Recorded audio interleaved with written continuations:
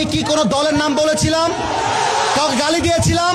দাঁড়ান দাঁড়ান দাঁড়ান, আমার ভূমিকার কথা শুরু হয়েছিল 3.5 হাত মাটির কবর দিয়ে। যুবক ভাইরা বলো, আমি এতগুলো আয়াত বললাম।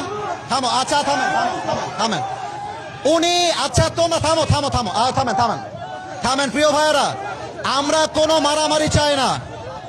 আল্লাহর কোরআন দিয়ে আইন চলবে, এটা কোনো রাজনৈতিক কথা হইতে পারে? আগে না হয় আপনার লীগ ক্ষমতায় ছিল, যার ফলে আলেমরা যেই কোনো জায়গায়, যেই কোনো ওয়াজ মাহফিলে গেলে, অনুষ্ঠানে গেলে তাদেরকে অসম্মান করা হইতো, বেইজ্জত করা হইতো।